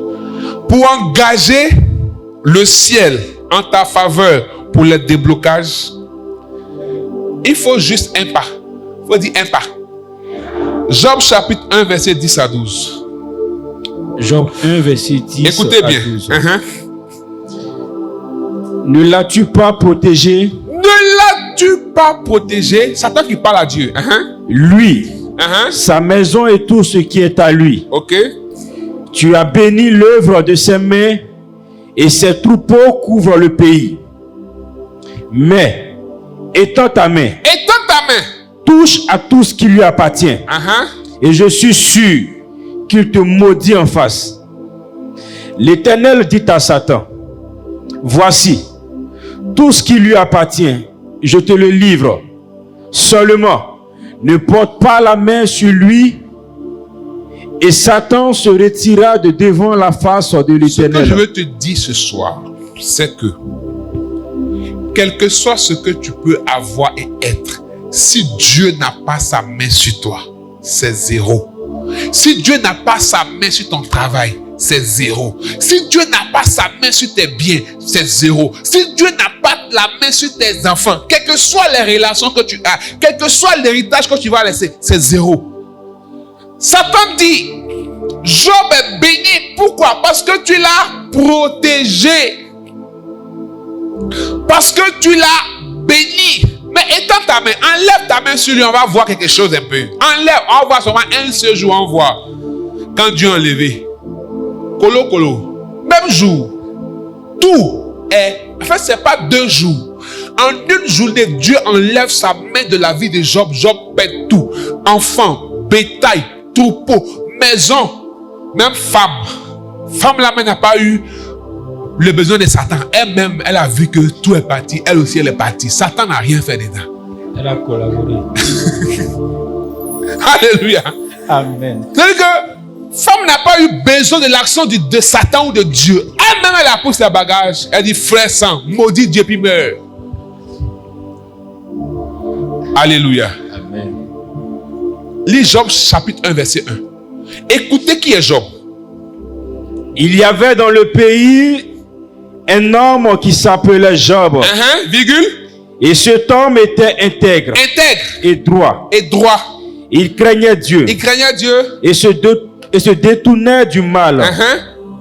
Il lui naquit 7 fils et 3 filles. Dans d'autres versions, on dit Job était honoré de tout le pays. Mais en fait, tout ce qu'il était là. Pourquoi? Parce que Dieu avait sa main sur lui. L'enseignement précédent, je vous ai lu, on a prié avec Psaume 127.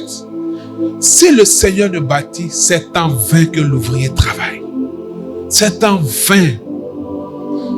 Tout ce que tu peux avoir, tu peux être. Si tu n'as pas conscience que si Dieu n'a pas sa main sur moi, c'est pourquoi ceux qui servent Dieu, qui à cause du travail, commencent à négliger l'œuvre de Dieu, vous n'avez rien compris encore. Est-ce que vous connaissez ce qu'on appelle Manawa? Il y a des gens qui portent veste chaque matin, mais ce sont des Manawa. Est-ce que ça se comprend?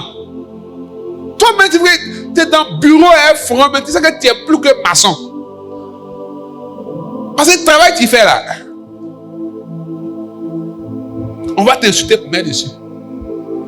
Donc, entre toi et le Manawa, qui? Frère, si tu n'as pas compris que c'est la bénédiction de Dieu qui enrichit et que tu es prêt à sacrifier ton alliance avec Dieu pour un travail, pour un salaire, tu es le plus à plaindre. Ça, je parle à ceux qui servent Dieu. Parce qu'il y a des gens, quand Dieu les bénit dans le travail, ils n'ont plus le temps. Ou bien aussi, quand ils cherchent trop de travail, ils trouvent que c'est trop chaud. Ils ne s'intéressent pas à Dieu et à son œuvre. Mais et si la situation que tu vis était un test de Dieu? Et si Dieu avait parié sur toi devant Satan? Parce que Job, Dieu a parié sur lui devant Satan. Donc imaginez, il a tout perdu. Et puis, il maudit Dieu. Satan allait gagner. Et puis Dieu a dit, maintenant fais ce que tu veux. Son âme là même, il faut prendre même. Son âme là, fais ce que tu veux avec. Parce que dès qu'il maudissait Dieu, c'était un moyen légal pour que Satan ait toute l'emprise sur Job, même son âme. Est-ce que ce que tu vis, qui fait que tu es en train de maudire Dieu dans ton cœur, de perdre la foi, de négliger l'œuvre de Dieu, c'est pas un pari que Dieu a fait sur toi? Est-ce que Satan n'est pas allé dire à Dieu, celle-là, lui il a été saint, il est toujours disponible parce que tu le bénis. Puis le Seigneur lui dit, je vais retirer, puis on va voir que moi je crois en lui. Puis voilà, toi tu as mis au-dessus de Dieu.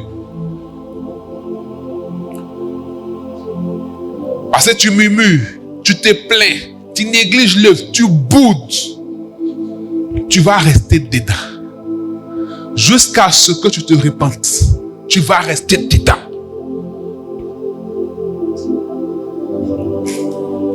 Moi, à un moment, les gens me trouvaient fou. J'ai fait un entretien, je te dis, quel que soit ton salaire que tu me donnes, les mardis, je ne suis pas disponible l'après-midi. J'écoute ta fait. Je t'autorise à couper dans mon salaire.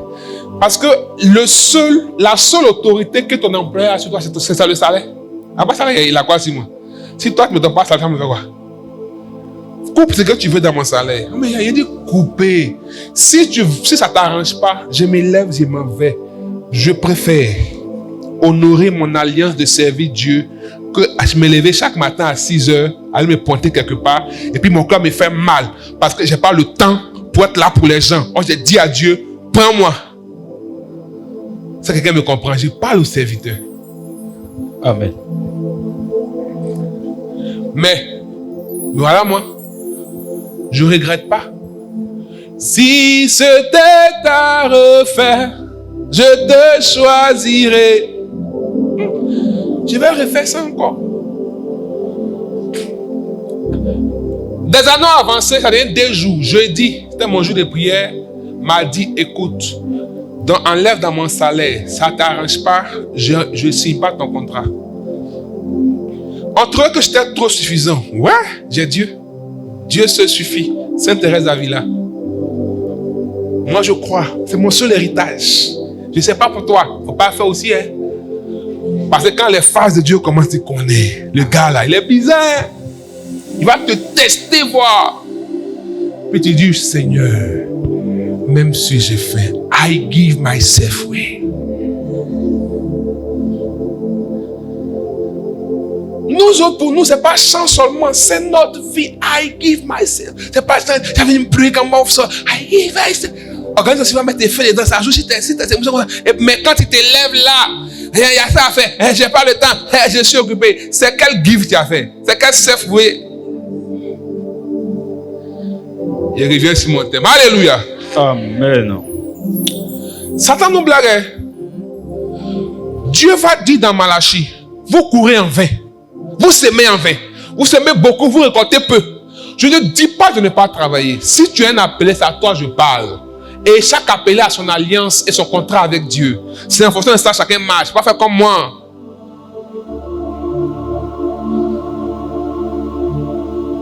Moi, il y a devoir comment il y a prière. Il dit, hey, je fais ma prière. Mon professeur m'a dit que toi, toute la classe avait go en maths. Moyenne. Il dit, bon, pour vous aider, il a fait un devoir pour la classe. Il a donné un devoir facile. Le jour où on avait évangélisation à l'école. Voilà moi. Je dis que c'est professeur 4. Maths. Devoir faire la tirée, tu as 18 sorts. Ça fait 36. Tu as 12 de moyenne. Tu fais comme ça. Laisse. Ah, Rosé, Siméré. Donc le professeur, il me connaît bien. Puisque un jour, je lui ai dit, il faut me laisser, il y a pris en classe. Donc il vient, il me cherche. On dit, le voilà là-bas, sur le terrain. Et je ne sais pas, il fallait chercher quoi, quelque chose, c'est quoi. Il dit, toi, tu n'as pas réussi. On t'a fait devoir pour vous aider, toi tu pries. Il dit, monsieur, moi je réussirai. Parce qu'il y a des parents, il faut pas ça rester sur toi. Hein? Non. Dieu qui est bon, une année là, je l'ai croisé quelque part, il y a classe. Monsieur, venez monter. Alléluia. Aïe. Dieu est fidèle. Il est pris, depuis que quand il est monté, il a augmenté vraiment la main comme ça. Yes. Gaston a dit, monsieur, vous vous rappelez? C'est un micro attrapé là. C'est ça qui me donne ça. C'est Dieu. Si vous n'avez pas compris, regardez comment vous courez chaque matin. Vous rentrez tard. Sous pression. Mais à la fin du mois, tu luttes encore. En fait, le Dieu que tu as négligé en début du mois, c'est ce Dieu-là que tu supplies à la fin du mois pour que le salaire pour lequel tu l'as négligé te suffise. Je reprends. Le Dieu que tu as négligé en début du mois, parce que tu voulais autant avoir beaucoup d'argent, parce que cet argent ne te suffit pas, c'est ce Dieu-là que tu te mets à genoux pour dire, Seigneur, s'il te plaît, aide-moi. Sinon, c'est chaud. C'est pas mieux, tu as commencé à lui dire ça au début du mois. Allez à Abidjan, 1 million même par mois, ça peut faire quoi? Si tu es dormi dans une bonne maison. Maintenant, les gens font chance, ça 200 000. Voilà, c'est cube. Salon, là, c'est cube. Chambre là, mais il faut un trapèze. Puis on te dit 200 000. Si tu es bien dormi, c'est pas mieux ton peu que tu as là. Tu as fait comme Jésus. Donnez-leur vous-même à manger. Les disciples vont. Et puis ils disent, viens, on a essayé. Tu as dit, on a essayé. Mais voici 5 pains, 2 poissons. Ce qu'on nous en a pour leur donner. C'est les enfants même qui ont un enfant même qui a donné. Il dit, donnez. Quand il a pris, la Bible dit, il a rendu grâce. Et il a partagé. 12 paniers sont restés. Parce que la faveur de Dieu est un coefficient multiplicateur. Yes. 100 000 avec la faveur de Dieu peut te faire bien vivre que 1 million sans Dieu. Yes. Les gens vont faire croire. Je ne dis pas que l'argent n'est pas important. Sainte Thérèse d'Avila dit, l'argent avec toi on peut beaucoup, mais Dieu avec toi on peut tout. Ça veut dire que les deux ont leur sens et leur place. C'est très important. Ils ont leur sens, ils ont leur place. Mais beaucoup c'est pour l'argent, tout c'est pour Dieu. Beaucoup c'est pour l'argent, tout c'est pour Dieu. Engage-toi beaucoup au travail. Engage-toi beaucoup dans ton business. Mais donne tout à Dieu de ta vie, de tes biens. Consacre-les à Dieu. Amen. Voici comment on engage le ciel. Voici le seul pas qu'il faut faire. C'est la prière. C'est l'alliance. Et c'est la sanctification. C'est le pas qu'il faut faire. Prière, alliance, sanctification. Tu ne peux pas voir le ciel dans ta vie sans parler au ciel. Je reprends. Tu ne peux pas voir le ciel agir dans ta vie sans que tu ne parles au ciel. Pour prier, c'est compliqué pour toi. Tu ne pries pas pour tes finances. Tu ne pries pas pour ton travail. Tu ne pries même pas pour l'entreprise dans laquelle tu es. Tu souvent même là, ça va être toi-même qui es arrivé dans l'entreprise qu'on n'arrive plus à payer les gens. Tu es là, on ne me paye pas, C'est peut-être toi-même, les choses qui te suivent là. C'est venu fatiguer le monsieur, le directeur là. Au lieu, tu ne comprends pas ça. Tu cherches travail, tu arrives de l'autre côté encore, même chose. L'autre côté, même chose. Tu n'as pas remarqué qu'il y a un problème? Mais appelle le ciel, prie. Lève-toi, prie. Parfois, ce n'est même pas parce que derrière toi, il y a des réclamations. Mais c'est parce que sur toi, il y a une gloire qui doit transparaître. Et que cette entreprise est un passage, c'est un tremplin. Quand Satan voit, il doit t'annuler là. Tu ne comprends pas. Tu te plains au lieu de prier. Combien de chrétiens prient pour leur entreprise? Levez les mains. Mais quand ça va tomber, tu seras le premier. Ah, Satan, c'est une chanson. Mais tu n'as jamais prié pour le directeur. Or, Paul dit, priez pour les autorités. Tu n'as jamais prié pour ton salaire. Dès que tu as ça, dans tes yeux, tu es sur TikTok. On vend quoi ici? Combien de fois tu as pris, ton virement est passé, puis tu allais te mettre à genoux. Seigneur, je te bénis. Je te rends grâce. C'est la rémunération de mon sang. Mais le sang, il t'appartient. Seigneur, je te rends grâce, je te bénis pour ce salaire. Je te le dédie. Vous savez, ceux qui donnent la dîme, c'est pas le 10e. La dîme, c'est le premier 10e. C'est-à-dire, quand on t'a donné, tu as fini de rendre grâce comme ça là. Tu enlèves d'abord ça avant toute chose. C'est l'acte de dédicace. Seigneur, tu te dis merci. Donc, voilà ton merci. C'est que même les païens que tu insultes, le féticheur, quand sa récolte tombe, il sait qu'il fallait donner au génie. Il fallait donner à l'eau qu'il a prié pour qu'il y ait bonne récolte. Il sait. Et quand les gens font faire des ignames, parce qu'ils doivent honorer les génies d'après eux qui donnent la pluie pour que l'igname produise. C'est pas ça. C'est le sens de la fête des ignames qui est là. Quand tu vas chaque année à Abissa, on prend Abissa, on envoie. Il n'y a pas rentré dans les détails. Il y a 2 Abissa. Bref. Quand ça quitte au Ghana, ou bien quelque part là-bas vers Atiapoum, là, ça vient à Bassam, il t'en va danser. C'est une adoration. C'est une dédicace pour toute l'année. C'est leur nouvel an. Pour dire merci au génie. Pourquoi ce jour-là, on honore les 7 grandes familles Nzima? Ils sont en train de dire merci aux divinités qui les ont gardées. Même ceux que tu dis vont aller en enfer, ils savent ce qu'on appelle l'action de grâce. Mais toi qui apparemment à les clés du paradis, tu ne sais pas. Faut acclamer Jésus.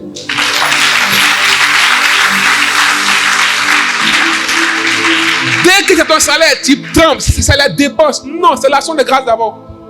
Seigneur, merci. Seigneur, je te recommande ce salaire. Et j'appelle ta grâce. Your grace, your favor, your power. J'appelle, Seigneur, sur mes finances. C'est toi qui es le Dieu de l'alliance. Il faut essayer. À la fin du doute, septembre vient. Tu vas voir comment, peut-être, en fait, tu ne vas pas comprendre comment, même peut-être salaire, tu n'as pas touché. Parce que la faveur va visiter ton argent. Yes. C'est l'attitude. C'est pas le fait. Souvent, certains mecs sont découragés d'honorer leur dîme parce que d'après eux, ils donnent, ils ne voient rien. Le problème, c'est ce que tu donnes le soir. C'est l'attitude. C'est l'attitude. Seigneur, je te bénis. Quand tu as fini ça, Charles, tu ne peux pas faire une semaine sans prier pour ton travail, pour ta vie professionnelle, pour tes affaires. Qui a un jour de jeûne pour ses affaires? 10 personnes. Bon, qui sont ceux qui font les affaires ici? Ceux qui ont un commerce, un business, une entreprise, levez les mains s'il vous plaît. Qui sont ceux qui ont un jour de jeûne pour ça? Qui sont ceux qui prient pour leur vie professionnelle? Vous priez parce que vous avez des problèmes. Vrai ou faux? Parce que vous avez une situation. Parce que vos prières ne commencent pas par l'action de grâce. Combien de temps tu prends pour rendre grâce à Dieu pour ta situation professionnelle? Parce que tu n'apprécies même pas le peu que tu as maintenant. Tu n'apprécies même pas le poste que tu appelles petit que tu as maintenant. Tu n'apprécies même pas ce que tu appelles petit salaire que tu as maintenant. Tu n'apprécies pas. Celui qui ne sait pas rendre grâce, celui qui ne sait pas adorer, celui qui ne sait pas louer Dieu, même dans les petites choses, n'aura pas les grandes choses. Vous savez pourquoi? Parce qu'en Matthieu 25, Jésus dit, celui qui est fidèle dans les petites choses, celui qui est fidèle dans les petites choses, fera quoi? Celui qui est fidèle dans les petites choses fera de grandes choses. C'est un principe divin. Mais tu n'es même pas fidèle à Dieu dans les petites choses là. Toujours, Seigneur, c'est pas beaucoup. Seigneur, c'est pas beaucoup. Seigneur, change. Seigneur. Tu sais même pas apprécier le peu. Bien-aimé, si tu ne sais pas apprécier Ismaël même, Isaac ne viendra pas. Est-ce que tu me comprends? Vous savez comment Dieu a honoré Agar? Est-ce que vous lisez la Bible? Comment Dieu a honoré Agar et Ismaël, malgré que ils n'étaient pas dans la promesse. Comment Dieu les a honorés? Ça, c'est notre enseignement. L'action de grâce, la prière. Puis, deuxième chose, l'alliance. Tu es sur un territoire, tu veux faire un business, tu veux faire une entreprise, ou bien tu as commencé quelque chose, tu as fait quelle alliance avec Dieu dans ce que tu as commencé?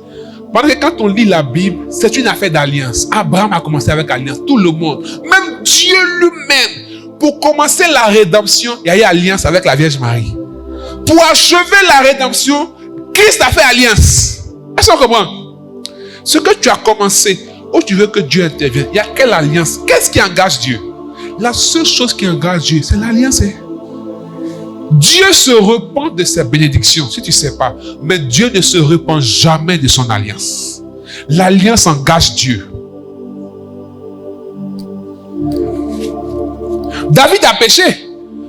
Mais Dieu dit, comme je suis en alliance avec lui, je ne peux pas le laisser.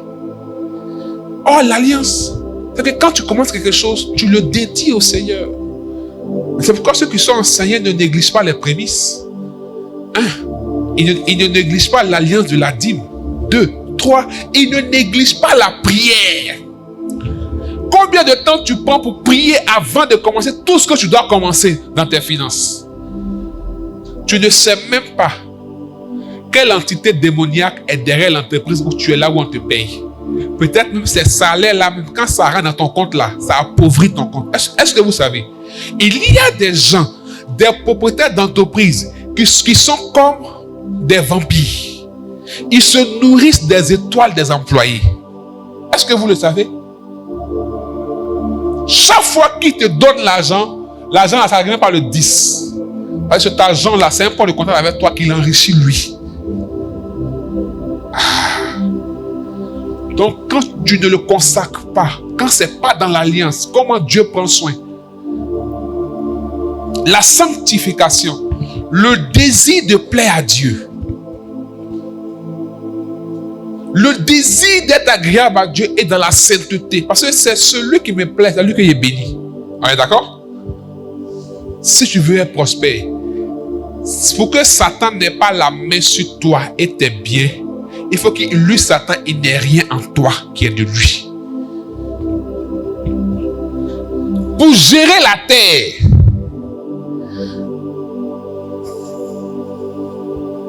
première chose, il faut comprendre que la richesse est d'abord mentale. Pour beaucoup, leur problème, ce n'est pas qu'ils n'ont pas beaucoup d'argent, c'est qu'ils ont des problèmes émotionnels.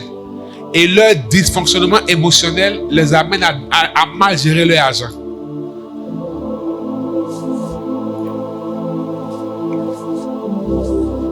La richesse là, la prospérité là, ça commence par la mentalité. Et qui parle de mentalité parle de maturité. Donne 100 000 à un enfant, il fera quoi avec? Je vous écoute, il fera quoi avec un enfant? Toi, depuis tu lèves ta main au ciel, Seigneur, bénis-moi financièrement. Tu as quel âge dans tes émotions?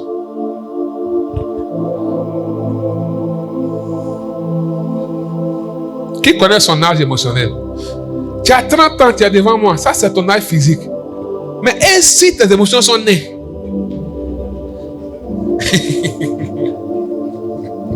On fait comment? Je vous assure, la richesse et la prospérité, c'est d'abord mental. C'est un système mental d'abord. Qui sait où il va? Qui sait pourquoi il veut être prospère? Qui lève sa main? Qui sait pourquoi il veut être prospère? Vrai. On va bien s'asseoir, poser des questions là. C'est les gens qui veulent être prospères pour payer maison. Ils veulent être prospères pour avoir voiture. Non, on n'a pas besoin d'être prospère pour ça.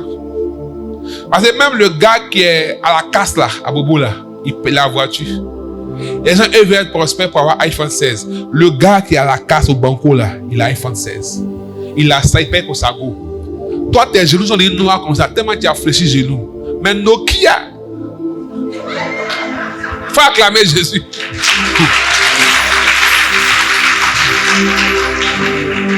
De toute façon, tu vas cotiser. C'est toi et Dieu, vous savez. Alléluia. C'est la mentalité. Frère, souvent, il faut savoir combien nos frères musulmans, nos jeunes frères, on voit au black, on voit à la casse là. Hey, ils ont mental, hein? Ils ont mental même. Parce que celui qui veut être prospère doit être comme le cultivateur. Le cultivateur, il sème et il a la foi que ça va produire. Et il attend. Vous avez déjà vu un cultivateur se plaindre dans l'attente de la moisson? Toi, tu es chrétien. Quand tu pries, tu ne sais pas attendre. Il te plaint chaque matin. Tu murmures, ça dure. Quelqu'un qui a planté EVA, ça pousse dans 2 ans. Répondez-moi. Dans 3 ans. Dans 4 ans. Quelqu'un qui a planté manioc, ça pousse dans 6 mois, non? Mais est-ce que l'argent de manioc et puis l'argent de EVA, c'est la même chose? C'est la même chose. Tu veux être prospère. Tu es sûr.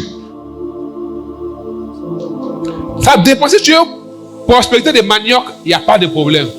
Mais si tu veux prospérité de EVA, de tech, tu dois avoir le mental, l'attente. Dans l'attente, il y a un élément important. Tu entretiens. Tu t'achètes pas les bras, tu entretiens, tu prends soin. Parce que tu sais où tu t'en vas. Tu sais que EVA là, c'est 7 ans. Quand ça va arriver là, tu as au moins 60 ans encore pour avoir l'argent chaque mois. C'est pas ça? Au moins 60 ans pour avoir l'argent chaque mois. Voici le mental de quelqu'un qui veut être prospère. Il ne pense pas à ce qu'il faut pour manger aujourd'hui. Parce qu'il y a des gens qui ont la prospérité du ventre. Alléluia. Si tu as la prospérité du ventre, tes blocages financiers ne finiront pas. Mais il faut avoir la prospérité de la vision. Il y a des gens, toute leur intention, c'est pour eux aujourd'hui. Mais et vos enfants? Or, c'est toi qui as pensé de faire 10 enfants. Mais tu as pensé de prospérité du ventre. Voici le problème. On ne sait pas attendre. On veut tout. Frère, même riz, quand on met au feu, ça ne cuit pas maintenant. Même dans cocotte minutes, ça ne cuit pas en même temps. C'est pas en 1 minute, ça cuit. On est d'accord? Il faut le mental.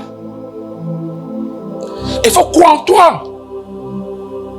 Voici comment gérer. Ça, c'est la première chose dans la gestion de la terre. C'est ton mental. Parce que, à la vérité, je vais te dire une chose. Tant qu'il n'y a pas de changement en toi, il n'y aura pas de changement autour de toi. Il faut te battre avec l'extérieur. Le problème, c'est la terre que tu es. Tant qu'il n'y a pas de changement en toi, il n'y a pas de changement autour de toi. Rien ne va arriver. Prie, jeûne, Dieu te ramène à toi. À ton système mental, comment tu réfléchis, comment tu penses, ta vision de la vie. Quelle est ta vision de l'argent? Tu veux être prospère? Quelle est ta vision des biens? Ça sert à quoi? Tu ne sais pas. Alléluia. Alléluia. Et quand tu as compris ça, quand ton mental est bien géré, quand tu as compris que ça nécessite un changement, il y a des choses que Dieu ne t'enverra pas tant qu'il n'y a pas de changement dans ta vie. Or, le changement, c'est la mentalité qui doit changer. Il y a des gens tout à l'heure, tout de suite, si on sort, Dieu envoie quelqu'un pour te remettre 500 000 dimanche,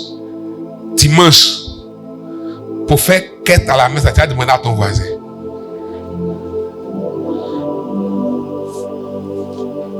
Parce que tellement tu n'as pas de vision, vous savez, l'argent, lorsque tu n'as pas de vision et tu ne donnes pas une mission à l'argent, l'argent se donne lui-même une mission.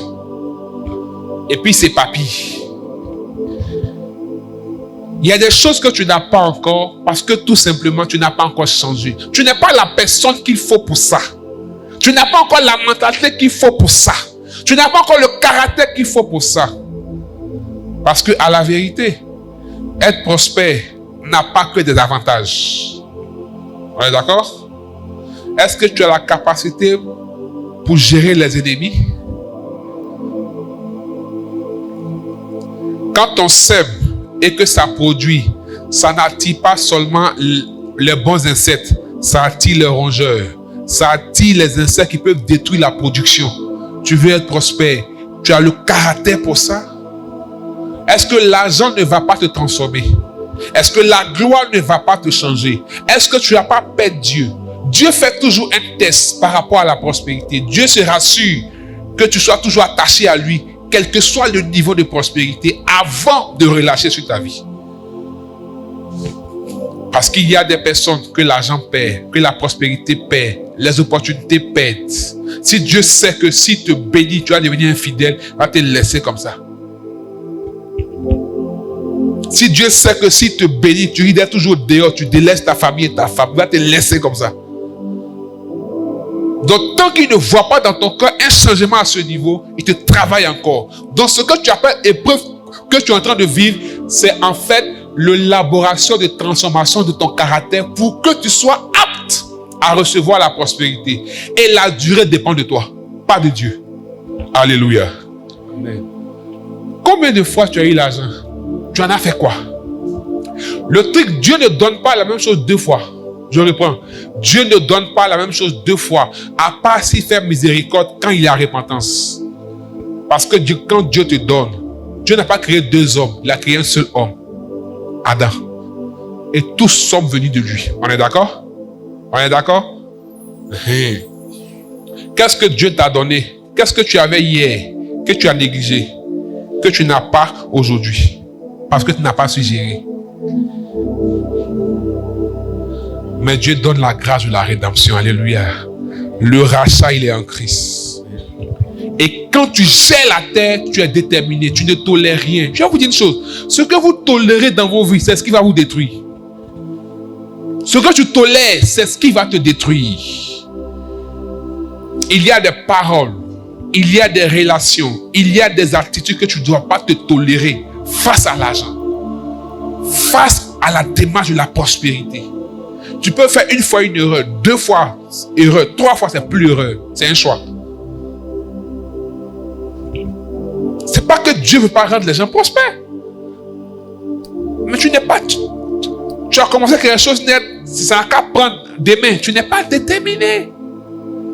Alléluia. Alléluia. Alléluia. Je vous en supplie. Sur cette terre que Dieu nous a donnée, rien ne vient au hasard. La réussite n'est jamais un hasard. La prospérité n'est jamais un hasard. Jamais. Donc si toi tu vis en espérant dans le hasard, je suis désolé. Ça n'arrivera pas. Les blocages vont demeurer. Parce que parfois ce n'est même pas Satan qui te bloque. C'est toi qui te bloques par tes conceptions, par ta mentalité, par ta mauvaise gestion. Je l'ai dit, si je le répète encore, ce n'est pas forcément être gentil que de toujours donner quand on te demande. C'est manquer de sagesse. Parce qu'il y a ceux qui en donnent, il y a ceux qui n'en donnent pas. Il y a des choses quand tu donnes, c'est fini, tu payes. Parce qu'on ne donne pas le noyau. Alléluia. On ne donne pas le noyau. Combien jouent avec leur épargne? C'est-à-dire que Joseph, on dit, il est sage et intelligent là. La stratégie qu'il a prise pour que Égypte soit dans la prospérité, c'est la réserve.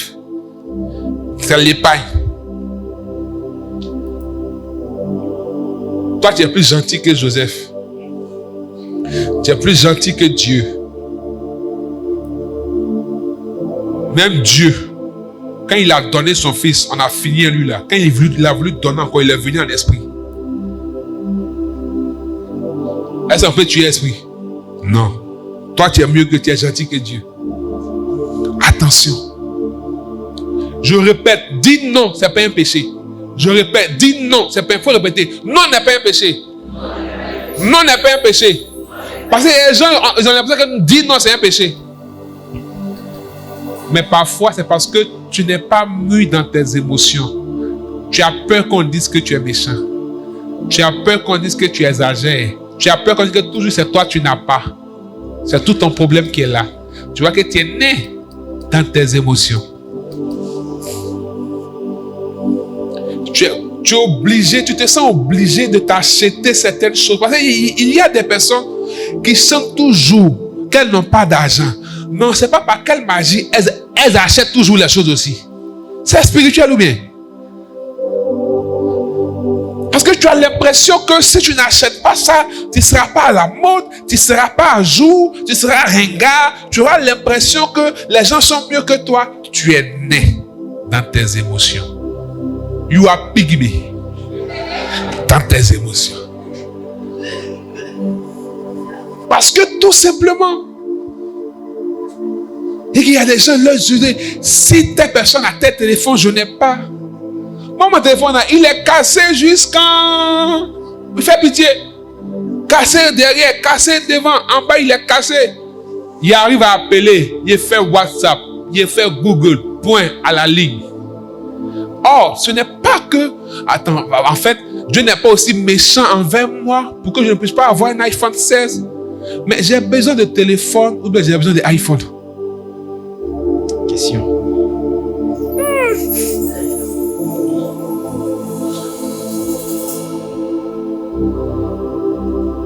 Si je peux acheter une chaussure de 20 000, pourquoi en chercher pour 100 000 pendant qu'actuellement, tu te cherches? Quels sont ces chercheurs qui sont devenus explorateurs des marques?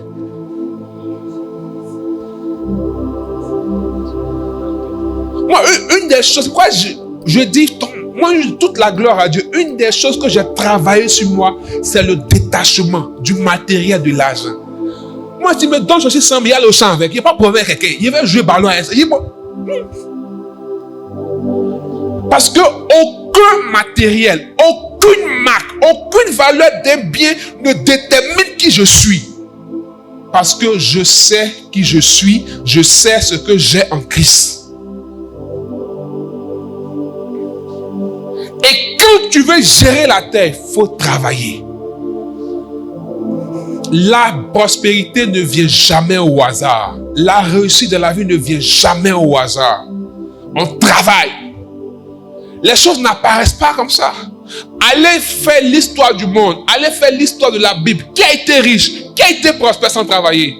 Même Isaac. Vous savez, Isaac, c'est la symbolique de la grâce. C'est le sourire. Isaac, c'est la symbolique de la grâce. C'est l'enfant qui ne va pas avec tout. Quand on voit la fin de la vie d'Abraham, on dit qu'il était riche en or, en argent, n'est-ce pas? En petit bétail, en gros bétail, en puits. Donc Isaac, lui, il est né avec une cuillère en or dans la bouche, on est d'accord? Et puis il était seul, puisque son papa a envoyé Ismaël loin.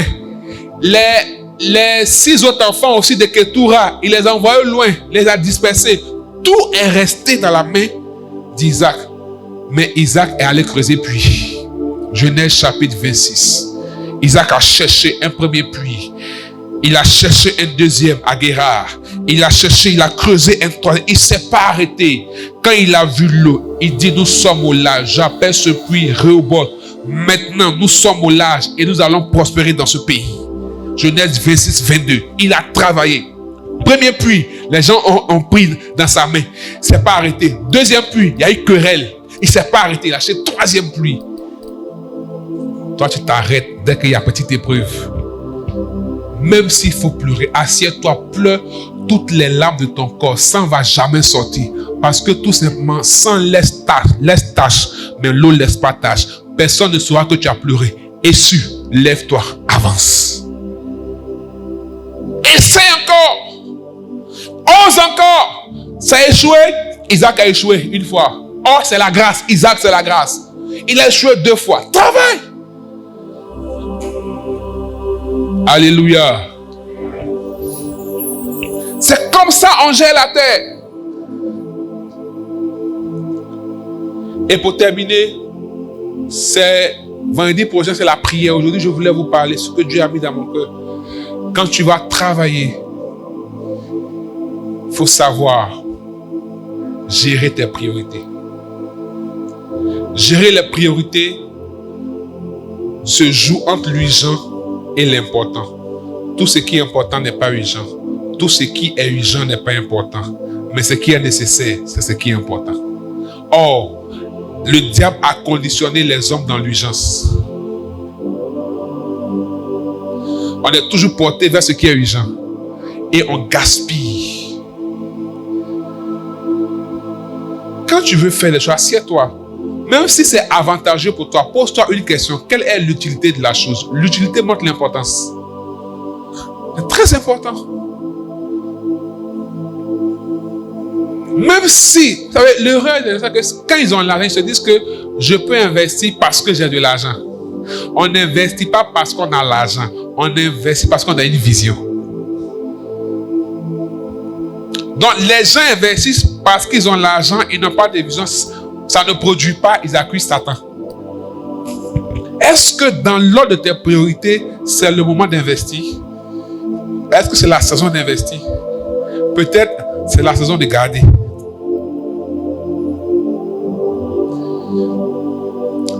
Le cultivateur ne sème pas à toutes les saisons, on est d'accord? Il y a une période où il prend le temps pour faire quoi? Les pépinières. Et il les garde, il les protège. Et quand le temps de la semence arrive, il va les mettre en terre. Il est sûr que s'il entretient bien, à la moisson, il va récolter.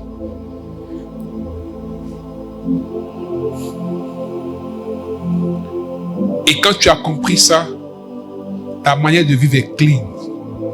Tu ne poursuis pas l'argent, parce que la prospérité, c'est pas l'argent. C'est l'art de la productivité. C'est la bénédiction d'en haut qui te rend productif. Et quand tu as compris ça, il y a des choses que tu ne fais pas pour attirer la malédiction sur toi. Quand tu veux sortir des blocages financiers, il faut éviter des choses qui apportent la malédiction. Et je vous donne 2 choses qui apportent la malédiction et je m'arrête. Sinon, tu ne vas pas sortir. Quand Dieu va mettre une idée divine dans ton cœur, tu vas commencer à travailler. Ça va être fécond. Ça va produire. Si tu n'as pas compris ça, tu vas te remettre dans le blocage financier parce que tu vas faire des choses qui vont appeler la malédiction. Zacharie chapitre 5, versets 1 à 3. Écoutez bien. Je levai de nouveau les yeux et je regardai. Et voici, il y avait un rouleau qui volait. Il me dit, que vois-tu? Je répondis, je vois un rouleau qui vole. Et il y avait un coudé de longueur et 10 coudées de largeur. Et il me dit, c'est la malédiction qui se répand sur tout le pays. Car selon elle, tout voleur sera chassé d'ici.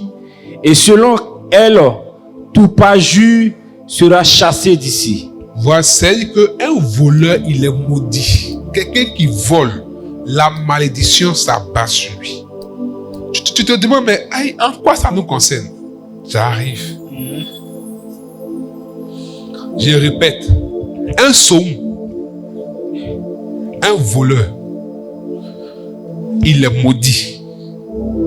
Or, quand la malédiction s'abat sur tes finances, sur ton travail, sur ton activité, rien ne peut sortir. Tu as t'asseoir matin jusqu'au soir. Même un enfant qui a demandé le prix, il ne va pas venir. Amos chapitre 8, versets 5 à 8. Vous dites, quand la nouvelle lune sera-t-elle passée? Écoutez, afin que nous vendions du blé. Quand finira le sabbat, afin que nous ouvrions les greniers. Nous diminuerons l'épha. Nous diminuerons l'épha. L'épha, c'est une unité de mesure des solides chez les Hébreux. Donc, ils vont faire quoi? Ils vont truquer la balance. On est d'accord? Continue. Nous augmenterons le prix. Nous falsifierons les balances pour tromper. Puis, nous achèterons les misérables pour de l'argent et le pauvre pour une paire de souliers, et nous vendrons la cribule du froment. Alléluia. Amen. Tu as compris comment tu voles, non? Aujourd'hui, il n'y a plus de balance truquée comme avant. Mais qu'est-ce que c'est aujourd'hui? Les surfacturations. Vous qui travaillez dans les achats, dans les entreprises, qui faites des quêtes avec les fournisseurs,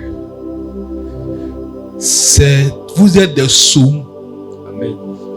Vous êtes des voleurs. Tu vas t'entendre avec lui. Tu as payé à 1000 francs. Il faut mettre sur la facture 2000. C'est légal. Quelque chose que tu fais, si on t'attrape, ça devient un problème, c'est que c'est pas bon. Et puis tu mets dans ta poche. Dans les entreprises, ceux qui sont aux moyens généraux, ceux qui sont aux achats, c'est des sous. C'est du vol. Tu as acheté un article à 20 000. Transport, toutes les taxes te ramènent à 25 000. Toi, tu t'en vas vendre à 70 000. Tu voles, ma soeur.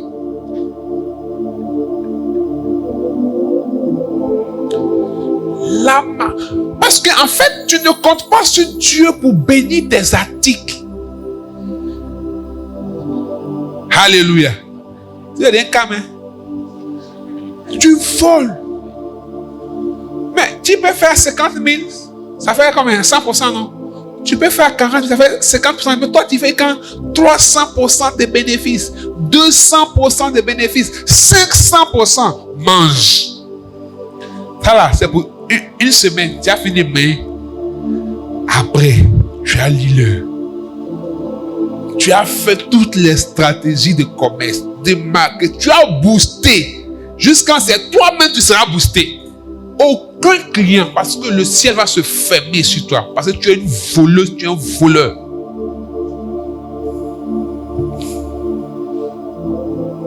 Tu es en entreprise, tu fais les quêtes bizarres comme ça. Tu voles. Ça là, ça amène la malédiction financière. Oh, Dieu peut te bénir en te mettant à un poste. Tu as un bon salaire. Mais cette attitude va fermer le ciel sur toi. Tu reviens dans la malédiction financière. Tu reviens dans le blocage. La faute à qui? La faute à qui? Il y a des gens qui ont entreprise. Ils ne payent pas les gens bien. Ils les exploitent. C'est du vol. Il y a des gens aussi, ils sont dans des structures d'externalisation.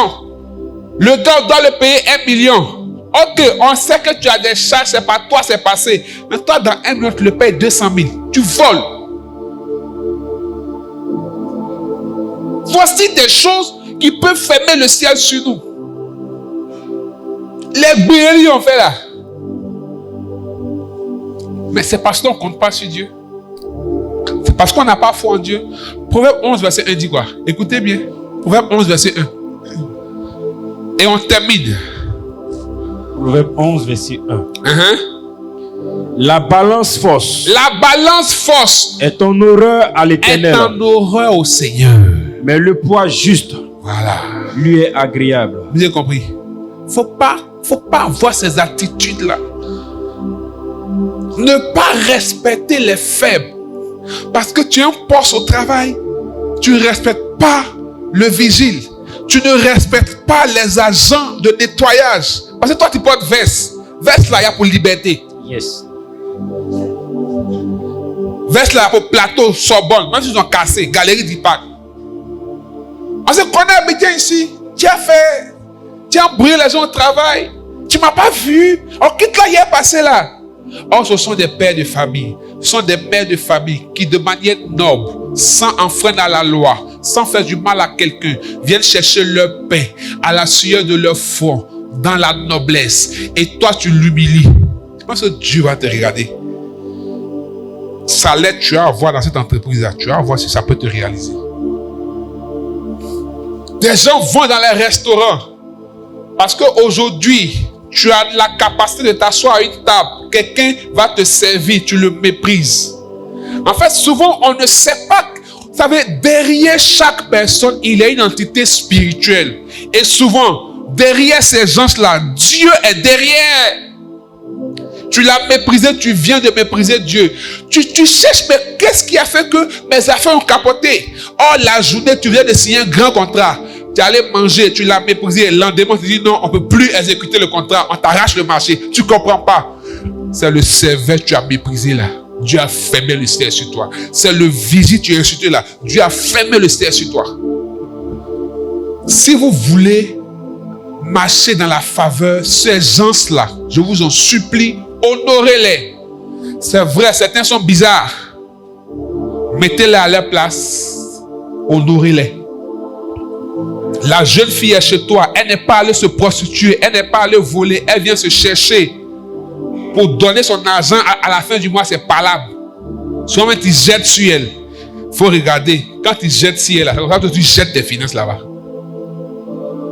Ne jouez pas avec ces règles. Ça met dans la malédiction financière. Et il faut connaître sa place. Je vais terminer en disant, quand tu es fonctionnaire, il faut savoir qu'on ne va pas être fonctionnaire pour être riche. Si vous ne savez pas, je vais vous dire. Un fonctionnaire qui est pressé pour être riche devient voleur. Remarquez. Il devient corrompu. Remarquez. Vous savez pourquoi? Parce que le fonctionnaire, c'est un serviteur de l'État. Un fonctionnaire, c'est un lévite. Vous comprenez ce soir? Dans le peuple d'Israël, la tribu de Lévi était la portion de Dieu réservée pour servir le peuple en tant qu'administrateur, enseignant. Vous n'avez pas remarqué que Lévi, Matthieu, apôtre de Jésus, était le collecteur d'impôts?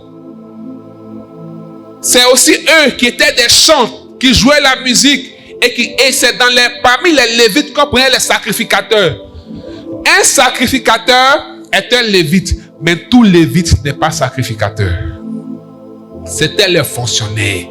Quand tu es fonctionnaire, tu es serviteur de l'État, du peuple.